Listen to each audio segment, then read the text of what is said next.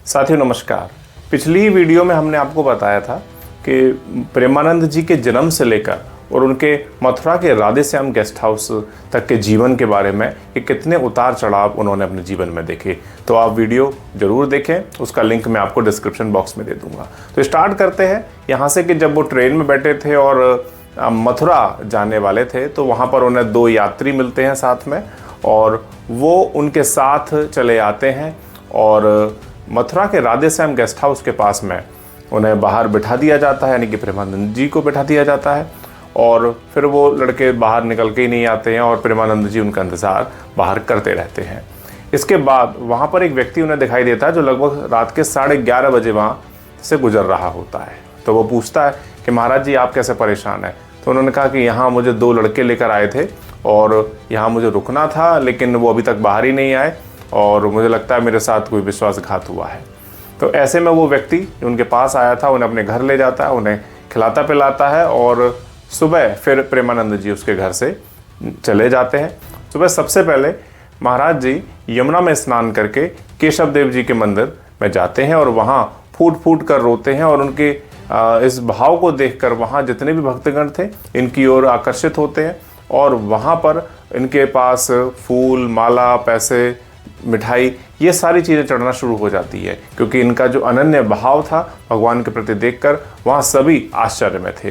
तो कुछ देर बाद वहाँ एक व्यक्ति आता है, पूछता है महाराज जी आप यहाँ कैसे, कुछ बात हो, परेशानी हो तो बताइए, आप रो क्यों रहे हैं। महाराज जी बोले कि मुझे वृंदावन जाना है।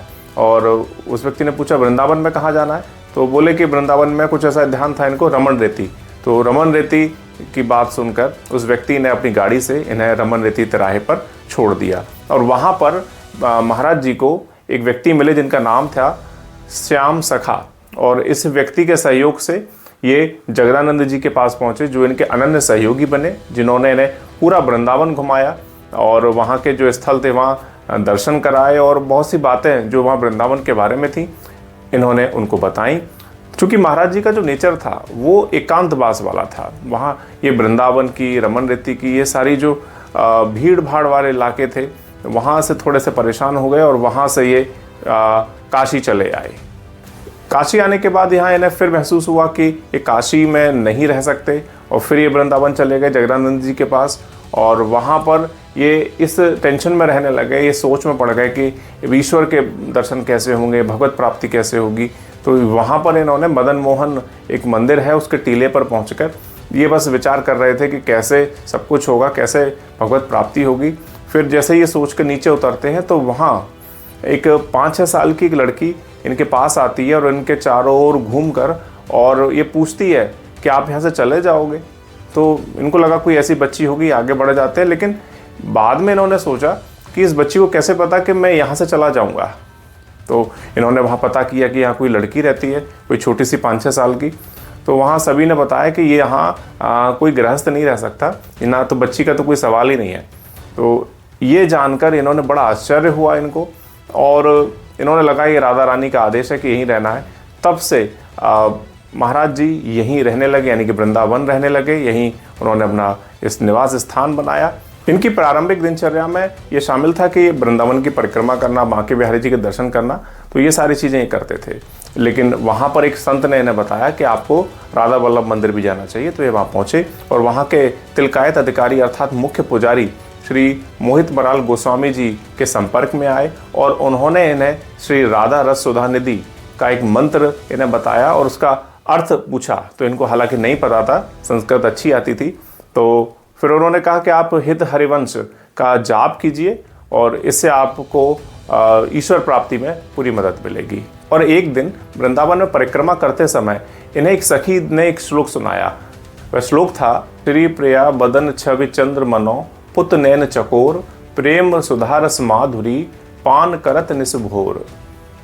महाराज जी ने जब इस सखी से पूछा इसका अर्थ क्या है तो सखी यानी कि वो स्त्री बोली कि आपको राधा वल्लभी संप्रदाय अपनाना पड़ेगा, तब आपको ये सारी चीज़ें स्वतः समझ में आ जाएंगी। तो ये फिर से तुरंत राधा वल्लभ मंदिर जाते हैं और वहाँ के तिलकायत अधिकारी जिनका मैंने बताया आपको मोहित मराल गोस्वामी जी के पास पहुँचते हैं और वो इन्हें शरणागति मंत्र देते हैं, यानी कि अपने जो संप्रदाय है उसमें दीक्षित करते हैं और उन्हीं के माध्यम से ये अपने जो वर्तमान गुरु हैं श्री गौरांगी शरण जी महाराज उनसे मिलते हैं जिनसे महाराज जी को सहचरी भाव और नित्य विहार रस यानी कि जो निज मंत्र है उनकी दीक्षा मिलती है। और श्री गौरांगी शरण महाराज जी ने ही इन्हें श्री प्रेमानंद गोविंद शरण महाराज नाम भी दिया। एक बार 2006 में इनके पेट में दर्द उठता है, तब इनके साथी राम सुखदास जी के माध्यम से ये अपना चेकअप कराते हैं और पता चलता है कि इनको पॉलीसिस्टिक किडनी डिसीज़ है, यानी कि इनकी किडनी में बहुत सारी सिस्ट बनी हुई, गांठें बनी हुई हैं, जिस कारण इनकी ये गांठें फट सकती हैं, यानी कि किडनी में एक उभार आ सकते हैं और किडनी डैमेज भी हो सकती है। तो ये सारी चीज़ें जानकर इन्होंने राम कृष्ण जो अस्पताल है वहाँ भी इन्होंने अपने चेकअप कराए और बहुत सारी जगहों पर गए, लेकिन कुछ भी हल सही नहीं निकला। और जब ये आश्रम में आए यहाँ के वृंदावन के में, तो वहाँ से भी इनको निकाल दिया गया। तो एक बार तो बड़ी प्रसिद्ध घटना है जब इनसे कहा जाता है कि आप 15 दिन बाद यहाँ से चले जाएंगे।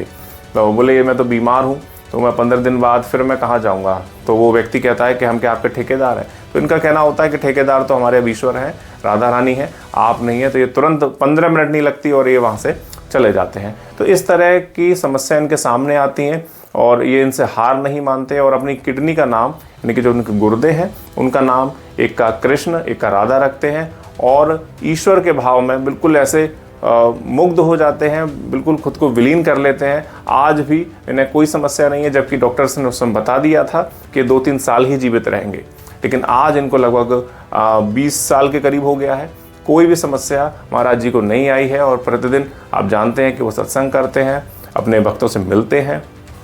महाराज जी का प्रतिदिन सत्संग और उनसे जो वार्तालाप है वो वृंदावन स्थित रमन रेती के श्री हित राधा केली कुंज नामक आश्रम में होता है। ये भक्ति वेदांत हॉस्पिटल के ठीक सामने है। यहाँ पर प्रतिदिन हजारों की तादाद में भक्तगण आते हैं, इनके दर्शन करते हैं। यह आश्रम 2016 में स्थापित श्री हित राधा केली कुंज ट्रस्ट द्वारा संचालित किया जाता है। इस ट्रस्ट के द्वारा दीन दुखी परेशान वंचित वर्ग के लोगों के लिए भोजन स्वास्थ्य ये सारी सुविधाएं भी उपलब्ध कराई जाती हैं। महाराज जी का व्यक्तिगत आवास इनके आश्रम से 2 किलोमीटर दूर श्री कृष्ण शरणम नामक सोसाइटी में, जहां इनके पास 2 फ्लैट हैं, जिसमें एक में स्वयं रहते हैं और दूसरे में इनके डॉक्टर की टीम जो इन्हें डायलिसिस कराती है। यह सोसाइटी छठीकरा रोड पर स्थित प्रेम मंदिर के पास में है और यहीं से ही महाराज जी रोज सुबह 2 बजे निकलते हैं, अपने भक्तजनों को दर्शन देते हैं। इनके आश्रम की कार्यक्रम सारणी कुछ इस तरह से है। महाराज जी के दर्शन के लिए देश के कोने कोने से लोग आते हैं, जिनमें हेमा मालिनी, आरएसएस प्रमुख मोहन भागवत, अभिनेत्री शिल्पा शेट्टी, उनके पति राज कुंद्रा, क्रिकेटर विराट कोहली, उनकी पत्नी अनुष्का शर्मा, बागेश्वर धाम के आचार्य धीरेन्द्र शास्त्री जी, जैन मुनि विश्वरत्न सागर जी महाराज, ये आदि सभी प्रमुख हस्तियां हैं। और इनको किडनी दान के लिए भी कई लोगों ने कहा है, लेकिन उन्होंने बड़ी विनम्रता से मना कर दिया, जिसमें शिल्पा शेट्टी के पति श्री राज कुंद्रा, श्री कृष्ण जन्मभूमि तथा शाही ईदगाह पर याचिकाकर्ता दिनेश फलारी बाबा जैसे तमाम लोगों ने इन्हें किडनी दान करने के लिए कहा है, लेकिन महाराज जी ने बड़े विनम्रता के साथ उनके इस निवेदन को अस्वीकार कर दिया है। और उनका कहना है कि राधा रानी की कृपा जब तक होगी उनकी सांसें चलेंगी और यही राधा रानी की कृपा है कि अभी तक वे जीवित हैं और भक्तगणों को अपने उपदेशों से, अपने विचारों से उनका मार्गदर्शन कर रहे हैं। इनके पैतृक गांव से भी काफ़ी सारे लोग मिलने आते हैं, कुछ वृंदावन में भी रह रहे हैं। महाराज जी को लेकर बहुत ही गौरव का अनुभव करते हैं और वह कहते हैं कि वह उनके लिए भगवान के समान है। उनके मित्र राजोल, छोटू यादव जैसे सभी मित्र इनका बड़ा सम्मान करते हैं और कहते हैं कि वे पहले मित्र हुआ करते थे, लेकिन अब बिल्कुल भगवान जैसे हैं। महाराज जी के माता पिता आज इस दुनिया में नहीं है, लेकिन महाराज जी को मिलाकर इनके 3 भाई हैं जो अभी इनके अखरी नामक गांव में रहते हैं। इनका जो पैतृक आवास है वहाँ इनके छोटे भाई घनश्याम पांडे रहते हैं और इनके जो बड़े भाई हैं उन्होंने अपना खुद का मकान बना लिया है वहीं पास में ही, तो ये अपनी फैमिली के साथ वहाँ रहते हैं। इनके पैतृक निवास में आज इनके छोटे भाई घनश्याम पांडे जी रहते हैं, जहां पूज्य श्री संत प्रेमानंद गोविंद शरण जी नाम की काले रंग की एक नेम प्लेट लगी हुई है।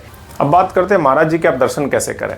अगर आप यहाँ बस से आ रहे हैं तो आपको वृंदावन बस स्टैंड आना होगा। यहाँ पर नोएडा, आगरा, मथुरा, अलीगढ़, अयोध्या, गोरखपुर आदि से सीधी बस आती है। यदि आपका यहाँ आना संभव नहीं है तो आप मथुरा के न्यू बस स्टैंड आते हैं, लेकिन मैं आपको कहूँगा कि अगर आप वृंदावन बस स्टैंड आ जाएं तो ज़्यादा बेहतर है। अगर आप ट्रेन से आ रहे हैं तो आपको मथुरा जंक्शन आना होगा। मथुरा जंक्शन से ऑटो टैक्सी लेकर आप परिक्रमा मार्ग स्थित आश्रम में आ सकते हैं। अगर आप महाराज जी के दर्शन की बात करें तो इनकी ऑनलाइन बुकिंग की कोई व्यवस्था नहीं है और सुबह 4 बजे से लेकर 9 बजे तक के बीच में इनके दर्शन के लिए आप टोकन प्राप्त कर सकते हैं और ये टोकन अगले दिन के लिए मिलता है। अतः टोकन प्राप्त करने के लिए आप सुबह जल्दी आएँ और एक दिन रुककर अगले दिन सुबह आपको समय मिलेगा जिसमें आप महाराज जी के दर्शन कर सकते हैं। एक विशेष बात आपको बता दें कि महाराज जी के दर्शन के लिए किसी भी प्रकार का कोई शुल्क वहाँ नहीं लिया जाता, लेकिन अगर आप कुछ अपना मर्जी से दान करना चाहते हैं तो वो आप कर सकते हैं।